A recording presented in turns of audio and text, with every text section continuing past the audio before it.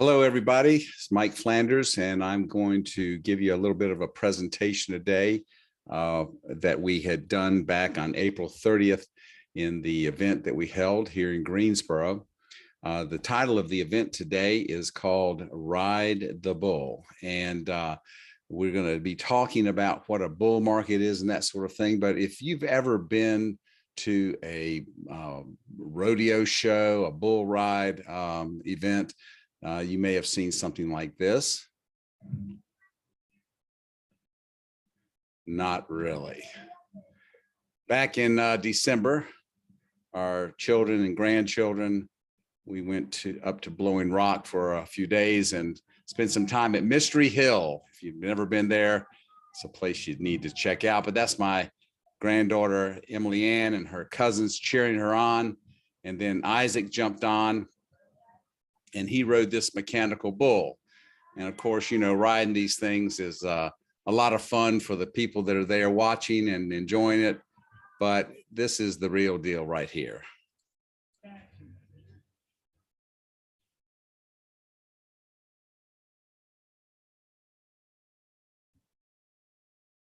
Heartbreak and certainly some sore muscles for Michael Wade as he.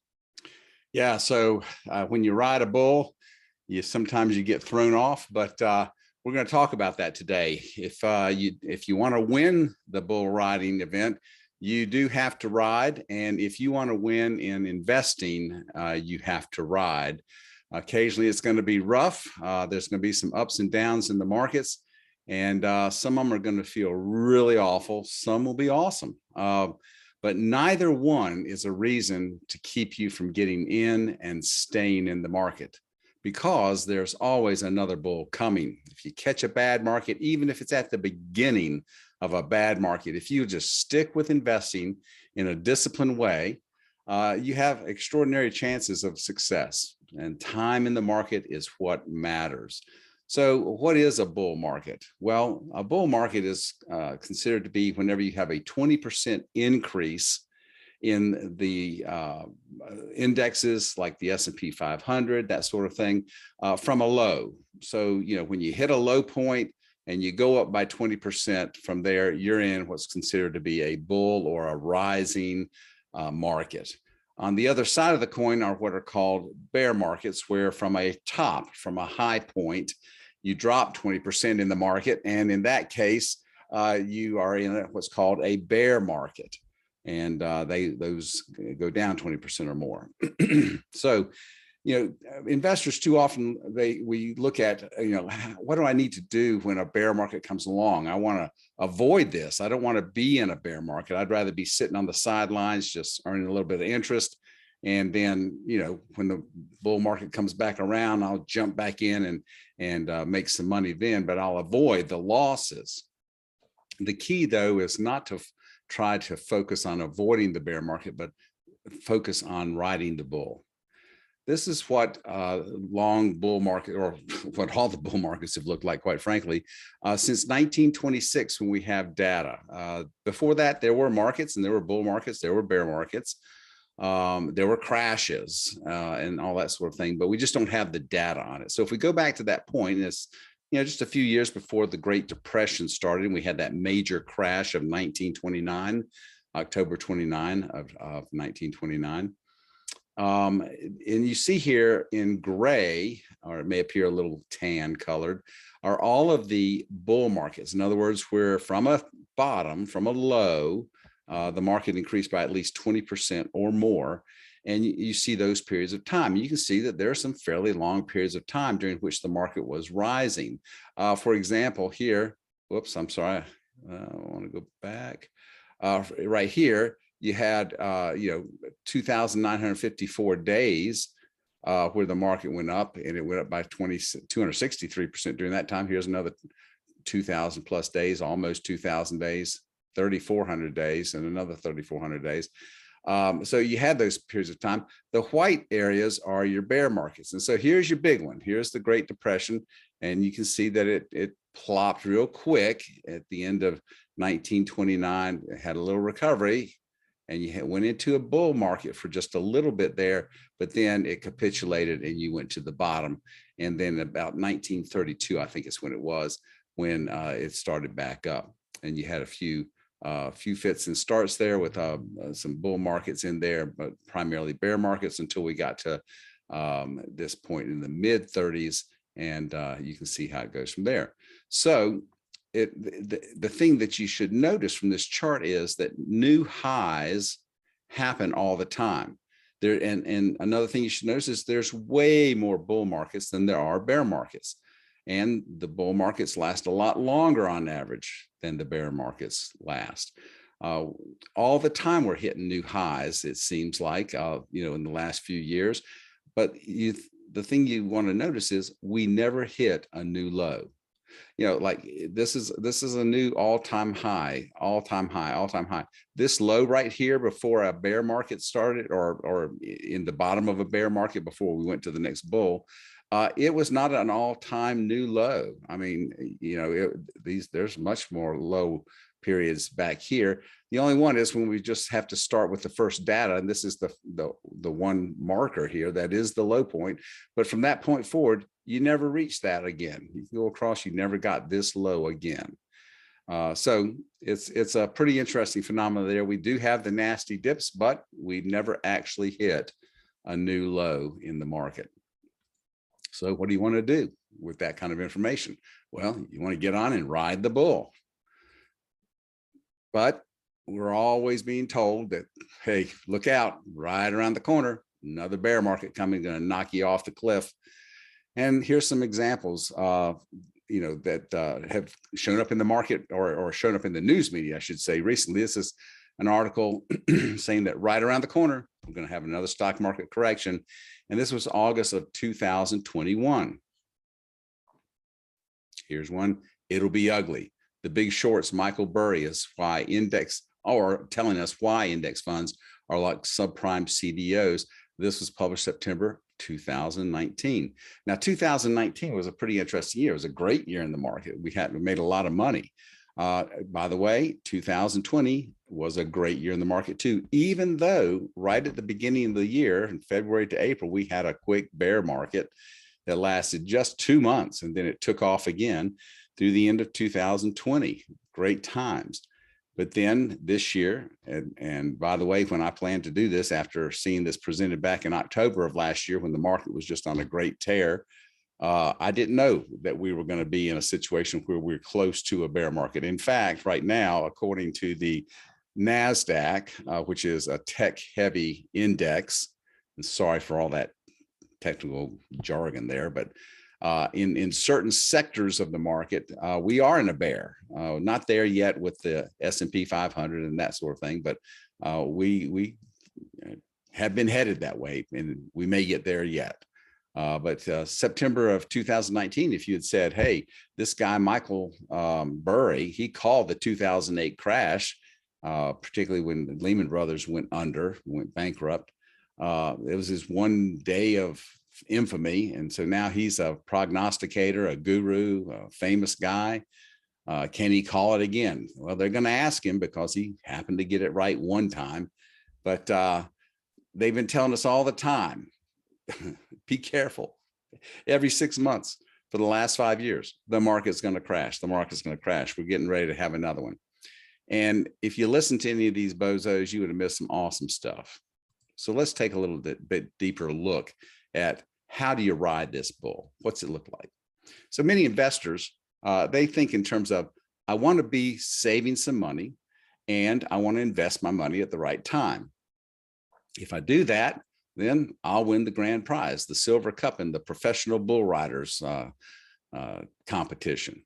So what if instead of saving the money and investing at the right time, my right time was completely wrong? What if I'm doing what most investors say they want to do, which is I've got a savings plan and I'm saving some money. And instead of, though, investing at the right time, I invest at the wrong time. So here's my plan. I'm going to save $2,000 a year starting in the 1970s. And every year I'm going to do that. So I'll save during that decade $20,000. I'm going to do 4,000 a year in the 80s, 6,000 a year in the 90s, and 8,000 a year in the 2000s. You know, I'm just gradually making more money in my career. Inflation is making dollars worth less, so I'm making more, have more available funds to invest. So I'm going to do that over this 40-year period. What's it look like? Well, what if I only felt comfortable investing the money when the market was at an all-time high? In other words, the wrong time. That's how I made my decision. So I started in 1970, and from 1970 till the end of 1972, 3 full calendar years, the market went up 35% during that time.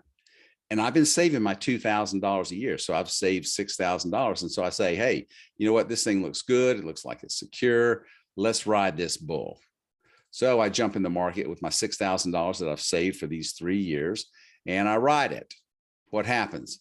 Well, in 1973, we got into a bear market, and the market dropped from 73 to 74, 47%, almost half my $6,000 gone.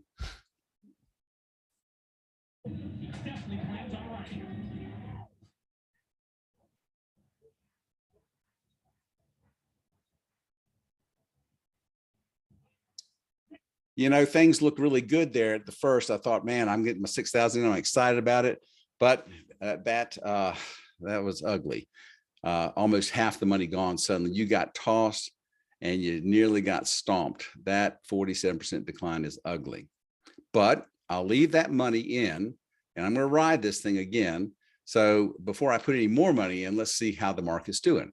So I watch it for a while. In 1975, the market turns and starts on an upward incline, and for the next 12 years goes up 236%. Yeah, it took me a little longer this time, but remember, I'm making my investments at the worst time possible. So 1987, I say, let's ride this bull. And I bring up the money that I've been saving for these 12 years. I got $46,000 now, and I put it in the market. And doggone, it has Black Monday hit me in August of 1987 or September of 87. I can't remember when it was. Huh, that's funny. But anyway, it goes down 32%, but it's only a short bear market, just a couple of months. And I'll show you.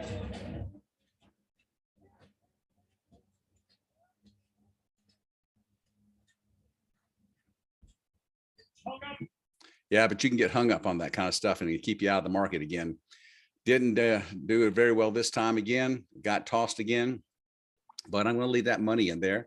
And sure enough, as I watch it from 1987 to 1999, I get another great run, 226%. And I say, let's jump on this bull and let's ride this thing. Markets are awesome. I feel good. Let's get on it. And so I put the next batch of money I've been saving for that 12-year period in, and $68,000 goes into the market. And we hit the 2000 tech crash and we lose half the money that we've got in there. These bulls are not messing around. Watch the replay. Yeah. And that's like stepping in the cage with. Yeah, it is. It hurt. It was real bad. And a lot of people said, man, I'm not getting back in, because we had been on a wild ride with the internet stocks and all that kind of thing going on, technology.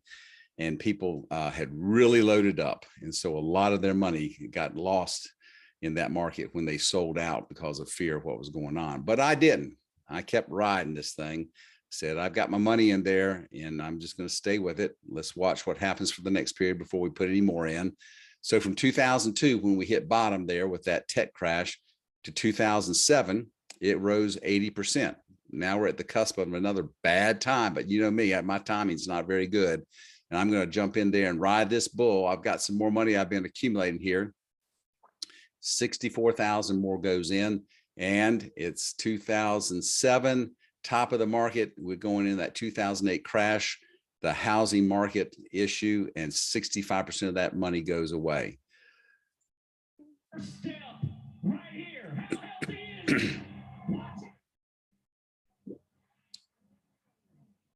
Oh yeah, yeah. You just got tossed, stomped. Yeah, he even got bumped off his back pretty hard. It was a rough ride. I got beat up, but I never sold after I bought into the market. I kept riding. You'd think I'd be broken.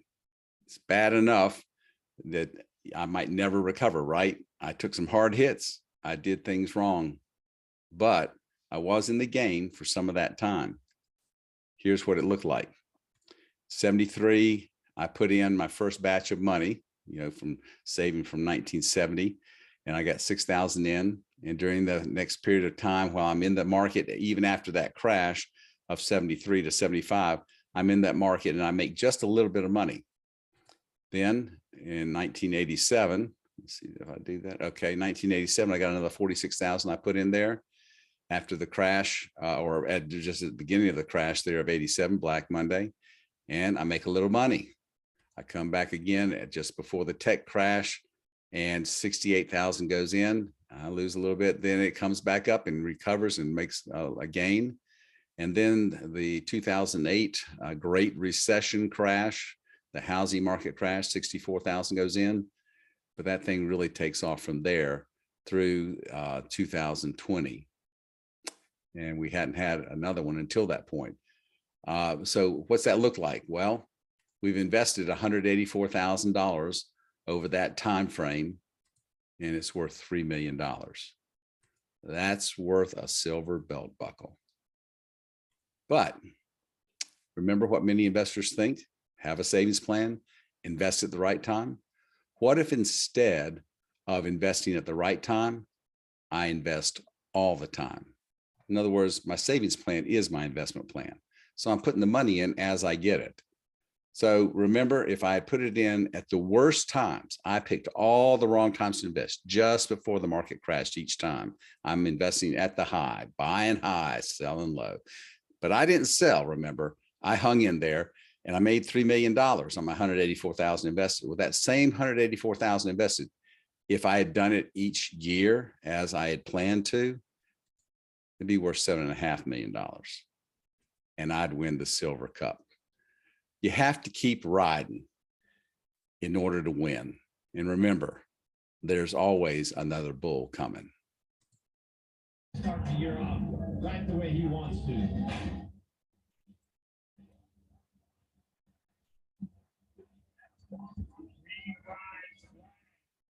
See that guy? He hung on, didn't he? Even through a rough ride. And that's how you make money in the markets. Right now, it's dangerous. It seems there's a lot of fear. Remember that when things are rough like this and prices are low, you have an opportunity, because we're constantly rebalancing your account, buying the things that are low with the gains we have on the things that have been up. And you're positioning yourself for when this market gets to a bottom and recovers. Might be a V recovery where it hits a bottom and then just takes off through the ceiling. Might be a slow recovery. We don't know. And that's why you stay invested, because we don't know. In February through April of 2020, we didn't know what that market was going to do. Is it going to continue down or not? And as it turned out, it didn't. But if we had panicked and jumped out, we would have missed a great rest of the year, where it was up over 26% for the rest of the year. So hang in there. If you have questions, if you have concerns, give us a call, 336-706-2605. I'll repeat that, 336-706-2605. Wanted to record this for you, so if you weren't able to be with us in Greensboro because you're located elsewhere, had other things going on, you could enjoy this, a little presentation that shows you why it's so important to ride that bull through all kinds of markets. Hope you've enjoyed the presentation, and just know that we're here for you anytime you need us. You can also check us out on our website at spcinvesting.com. That's spcinvesting.com. You can make an appointment with us there to talk, and we'll look forward to doing that soon. Have a great day. Thanks for joining us.